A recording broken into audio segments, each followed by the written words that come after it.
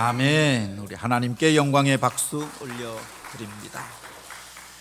이제 개성철 원로 목사님 나오셔서 후퇴가 없는 사람이라고 하는 제목으로 하나님 말씀 전해 주십니다.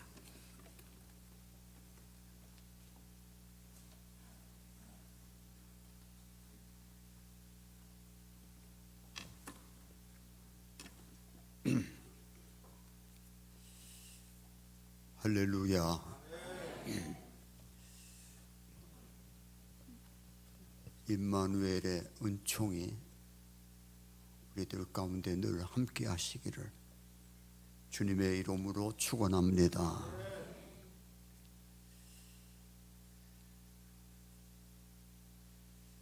한경직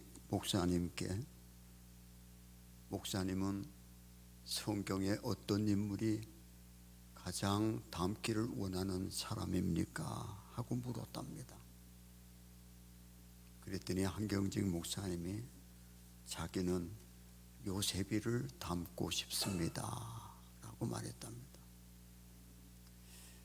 저보고 성경에 어떤 인물이 가장 존경스럽습니까? 라고 묻는다면 저는 다니엘이라고 말씀하고 싶습니다. 그리스도인들이 가장 존경하고 사랑하는 성경의 인물이 누구냐? 많은 사람들이 다니엘을 꼽습니다. 다니엘은 어렸을 때 바벨론의 포로로 끌려가서 거의 100살이 되도록까지 포로의 몸으로 평생을 살면서 이국 땅에서 하나님께 큰 영광을 올렸던 사람입니다. 나라가 망하고 백성들이 포로로 끌려간 마당에서 그는 한탄하거나 절망하지 아니하고 오히려 앞으로 닥쳐올 시련과 환난을 내다보면서 마음을 강하게 하고 마음의 뜻을 정하게 됩니다. 이제 앞으로의 삶은 참 힘든 삶인데 마음을 굳게 정하고 뜻을 정하고 성경 본문의 1장 8절에 보면은 다니엘은 뜻을 정하고 살았다. 그냥 아무렇게나 산 게 아니라 좀 더 정신 차리고 날카로운 영성을 가지고 세상을 살아야 되겠다 하는 결심을 가지게 됐다는 것입니다. 우상 숭배하는 나라에 포로로 끌려가서 그 나라에서 살아가는 동안 음식으로 나를 더럽히지 않으리라 생각하고 뜻을 정합니다. 성경에 말한 대로 물과 채소만을 먹으면서 그 당시 모든 음식은 우상에게 제사하고 그리고 시장에 갖다 팔기 때문에 그것을 먹으면 그 우상의 숭배에 참여하는 것이 된다 해가지고 그는 물과 채소만 먹고 오히려 바빌론 사람과 비교해서 열흘 동안 시험해 봤는데 오히려 다니엘과 사드락과 메삭과 아벳느고는 더 얼굴이 윤이 나고 광채가 났다고 기록하고 있습니다. 뜻을 정하고 음식의 문제에 있어서 하나님의 뜻을 따르리라 하는 얘기입니다. 마음을 굳게 확고하게 세웠다 그 말은 뜻을 정했다 그런 얘기죠. 우리도 말세 세상이 많이 변해가고 있습니다. 제가 목회 처음 할 때는 이렇게 세상이 변화되지 않았어요. 앞으로 갈수록 세상이 더 깜짝 놀랄 만큼 변화되게 되는데 특별히 말세가 돼서 요즘 말세 설교를 하는 사람이 없잖아요. 말세가 돼서 다니엘처럼 우리가 뜻을 정하고 우리의 남은 생을 어떻게 살 것이며 하나님 앞에 어떻게 살아야 할 것인가를 우리가 굳게 결심하고 다짐하는 성도들이 되어야 할 줄로 믿습니다. 윤리가 땅에 떨어지고 도덕과 인심, 양심, 법이 다 변해가고 있습니다. 아무렇게나 살아도 온갖 못된 짓 다 해도 국회의원 되니까 성공한다 그 말이에요. 마음대로 살아도 되는 거예요. 우리도 우리의 뜻을, 하나님을 믿는 성도로서 우리의 뜻을 굳게 전하고 굳게 정하고 믿음을 지키다가 주님 오실 때 부끄러움 없이 주님 맡게 되기를 주님의 이름으로 축복합니다. 저는 오늘을 사는 그리스도인들에게 꼭 하고 싶은 말은 다니엘을 본받아 살기를 원합니다 하는 말입니다. 다니엘을 본받을 것이 많지만 오늘 저는 세 가지 말씀을 전하려고 합니다. 다윗은 세 가지가 없는 사람입니다. 삼무의 사람입니다. 그는 하나님 앞에 뜻을 정하고 이렇게 살아야 되겠다 생각하고 그는 그렇게 산 것입니다. 그 세 가지 없는 것이 무엇이냐? 다니엘은 첫 번째, 흠이 없는 사람이었습니다. 흠이 없는 사람. 다니엘서 6장 4절에 보면 이에 총리들과 고관들이 국사에 대하여 다니엘을 고발할 근거를 찾고자 하였으나 아무 근거, 아무 허물도 찾지 못하였으니 이는 그가 충성되어 아무 그릇됨이 없고 아무 허물도 없음이더라. 다니엘은 흠이 없었습니다. 흠이 없는 사람이었습니다. 이스라엘 귀족 출신인 다니엘이 바벨론의 포로로 지날 때 특히 왕의 총애를 받았습니다. 느부갓네살이라고 하는 바벨론 왕의 총애를 다니엘이 홀로 받았습니다. 그 이유는 바벨론 당시 온 나라 박수와 술객들보다 다니엘의 지혜가 10배나 더해서 지혜와 총명이 뛰어나서 앞을 내다보면서 옳고 그름을 판단할 줄 아는 다니엘을 그 왕이 가까이 하면서 국사를 의논했다는 것입니다. 그 당시 바벨론은 세계 제일의 나라였습니다. 그 나라의 넓이가 얼마나 넓었느냐 하면은 120도가 되었다고 합니다. 우리나라는 8도 강산밖에 안 돼. 좁은 나라, 좁은 땅덩어리. 근데 그 바벨론은 120도가 있어서 그 120명의 방백들이 있고 그들을 다스리기 위해서 국무총리가 3사람이 있었어요. 그래서 바벨론 사람 2사람 그리고 다니엘에서 3사람의 총리가 있었어요. 그런데 이 느부갓네살 왕이 다니엘과만 국사를 의논하는 겁니다. 다른 2 바벨론 총리는 시기 나고 질투가 나서 다니엘을 없이 하려고 온갖 괴계가 많았습니다.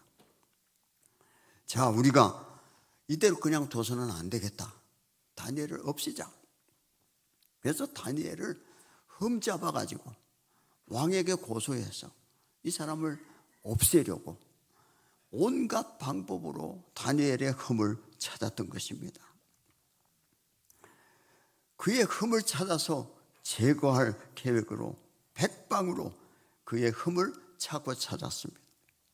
개인 생활, 직장 생활, 가정 생활 모든 면에서 전체적으로 다니엘의 흠을 찾은 것입니다. 그러나 아무 흠도 찾을 수가 없었습니다. 다니엘이 흠이 있다고 한다면 흠 없는 것이 흠이었습니다. 흠이 없었어요. 예수님도 그 당시 사람들에게 자꾸 찾아도 흠이 없었잖아요. 흠이 없는 예수님을 십자가에 못 박아 죽이니까. 디모데에게 사도 바울이 편지하기를 나이가 어리다고 업신여김을 받지 말라고 하면서 언행 심사를 삼가 조심하라. 디모데전서 4장 11절에 말했습니다. 다니엘은 여러 가지 면에서 흠이 없는 사람이었지만 실제로는 물질에 흠이 없었어요. 다니엘은 일생을 살면서 물질로 인해서 범죄한 일이나 흠이 없었다 그 말이에요. 그의 생에 있어서. 오늘날 많은 사람들이 물질에 넘어지는 사람들이 너무 많습니다. 사무엘은 40년을 선지자 사사 노릇을 그만하고 퇴임하게 될 때 그는 이렇게 설교합니다. 자기는 선지자로 사사로 종교적으로 정치적으로 최고의 지도자로 살았지만 결백하고 깨끗하고 흠없게 살았습니다 라고 고백했습니다. 요셉은 보디발 장군네 집에서 가정 총무로 있을 때나 국가 총무로 있을 때 그는 물질 하나 부당하게 사욕으로 쓴 일이 그리고 훔친 일이 한 번도 없습니다. 그의 생애는 깨끗했습니다. 아브라함은 하나님이 허락하신 것이 아니고는 절대로 취하지 않겠다고 말하고 그는 전쟁에서 이긴 물자까지도 다 함께 싸운 사람들에게 돌려주고 자기는 하나님이 허락한 것만 가지고 살겠다고 말했습니다.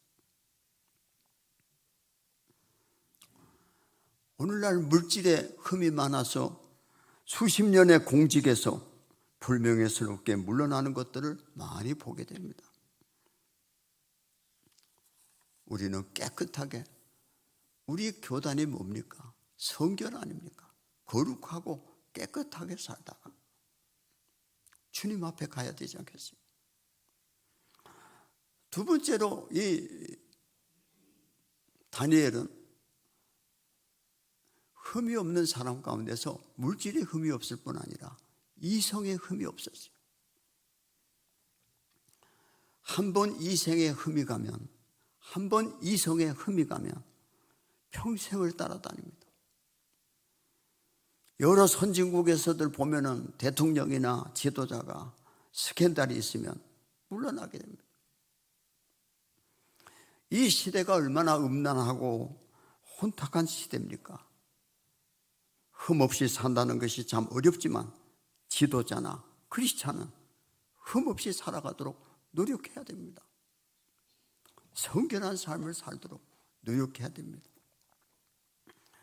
훌륭한 지도자가 되려고 한다면은 수신제가 치국 평천하라는 말대로 자기를 먼저 수신하고 그 다음에 자기 가정을 다스릴 줄 알고 그러고 난 다음에야 치국 평천하가 된다고 말했습니다. 다니엘처럼 흠없이 살다 가려고 하는 뜻을 정하고 그렇게 살았어요. 죽을 때까지. 다니엘은 결혼했다는 얘기는 없습니다만 거의 100살까지 90몇 세까지 살았는데 그는 그 삶에서 흠없는 삶을 살았다고 하는 것이 성경에서 말하는 다니엘의 삶이었습니다. 이 말씀은 우리들에게도 주시는 교훈의 말씀입니다. 두 번째, 다니엘은 무엇이 없었느냐? 후퇴가 없었습니다.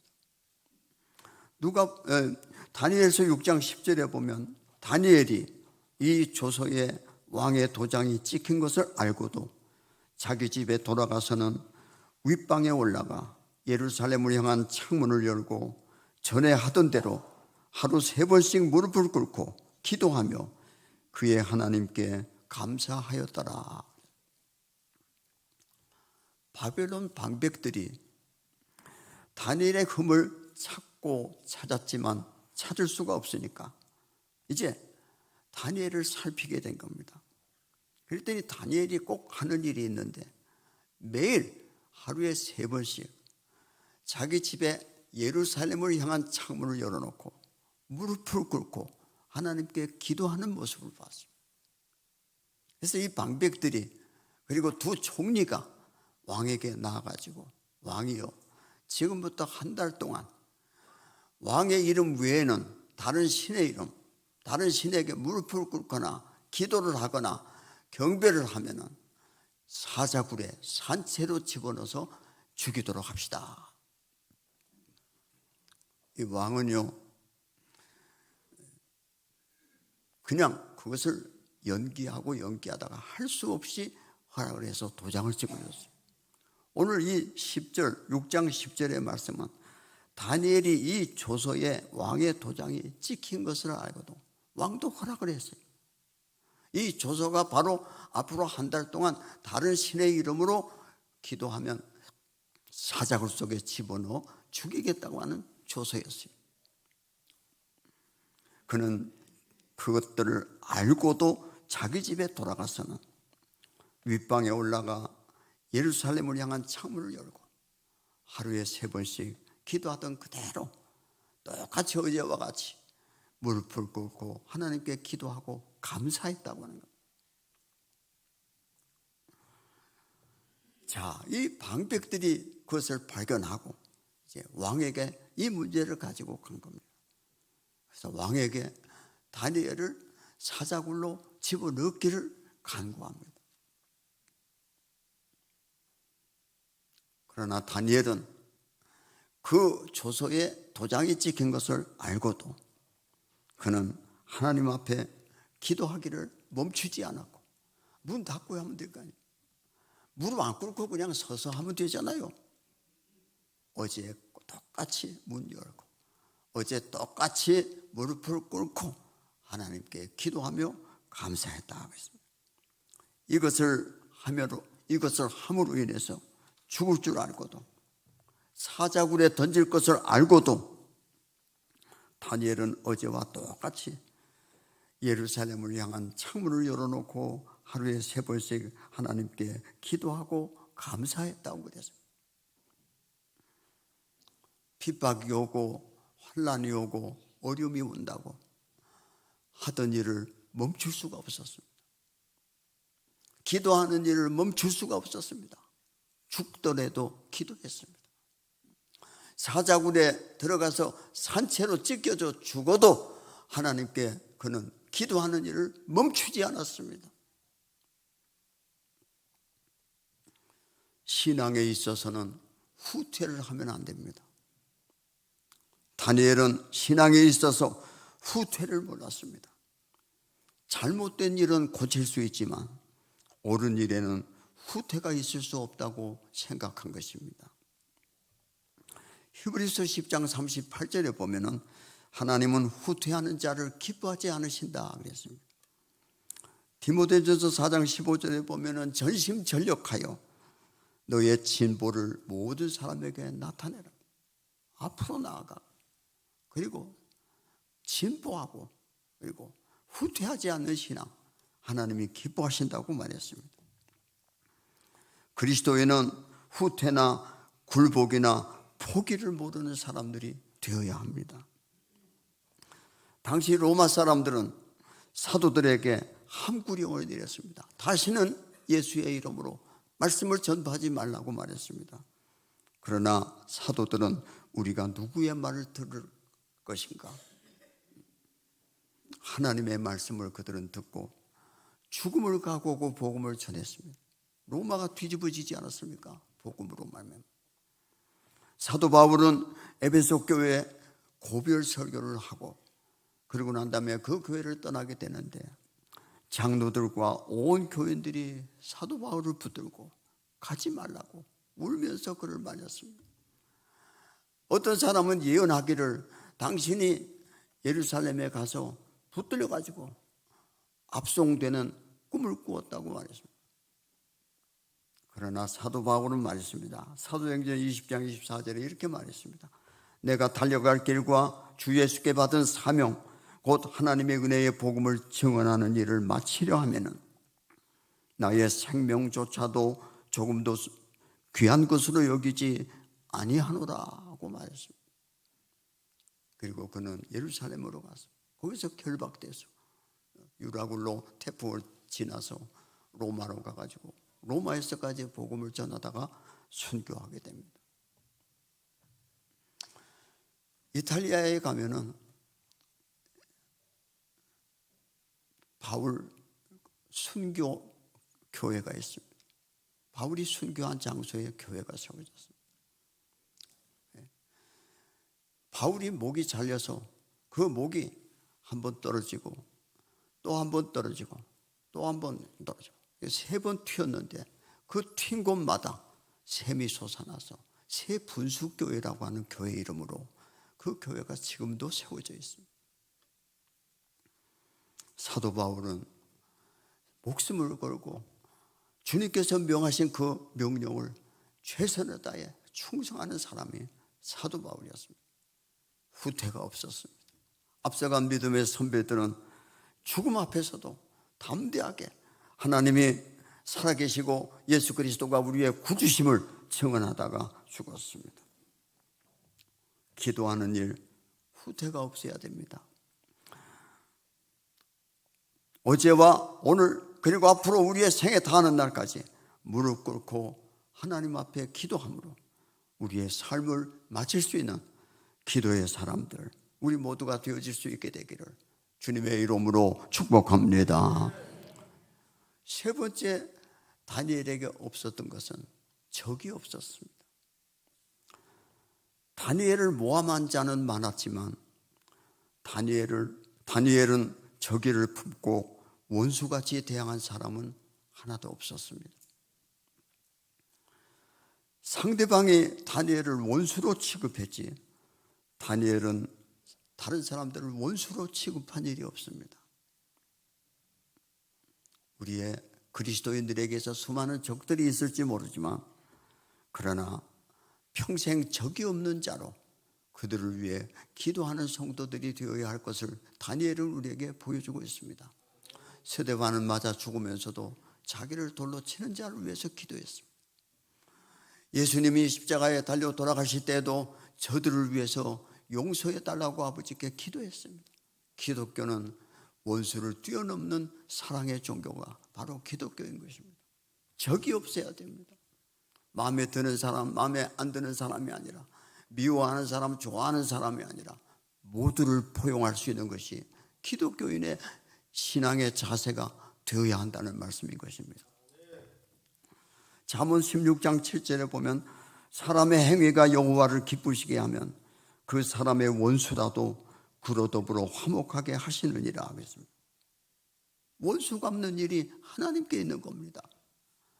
우리가 원수를 갚으면 그 자식이 또 원수가 되고 그 자식이 또 원수를 갚으면 또 내 자식이 또 원수가 되고 계속 원수가 끊임없이 계속되는 겁니다. 하나님이 갚으셔야 원수의 맥이 끊어지게 되는 겁니다. 그래서 하나님께 맡기는 겁니다. 원수라도 더불어 화목하게 하실 것을 말씀하고 있습니다. 저희 아버지가 저에게 가끔 이런 말을 하셨습니다. 얘야, 100명의 친구보다 한 사람의 적을 두지 말아라. 이것이 저희 아버지의 말이었습니다. 한 사람의 원수가 100명의 친구보다 더 무서운 일을 할 수가 있습니다. 원수 맺지 말아야 됩니다. 원수까지 사랑할 수 있어야 됩니다. 포용할 수 있어야 됩니다. 손 내미는 사람, 사랑, 화해에 손을 내미는 사람 거절하지 말고 사랑할 수 있어야 됩니다. 원수는 하나님이 갚아주시는 것입니다. 원수를 사랑하고 원수가 배고파 하거든 먹이고 목말라 하거든 마시고 그리고 죽이려고 하면은 오히려 내가 죽는 그것이 바로 원수 갚는 일임을 성경은 얘기하고 있습니다. 다니엘은 흠이 없고 후퇴가 없고 적이 없었습니다. 산무의 사람으로 마지막 때 말세 신앙 뜻을 확고히 정하고 우리도 전진할 수 있어서 우리 주님 앞에서 칭찬받고 그의 영광에 참여할 수 있는 우리들 모두가 되어지기를 주님의 이름으로 축복합니다.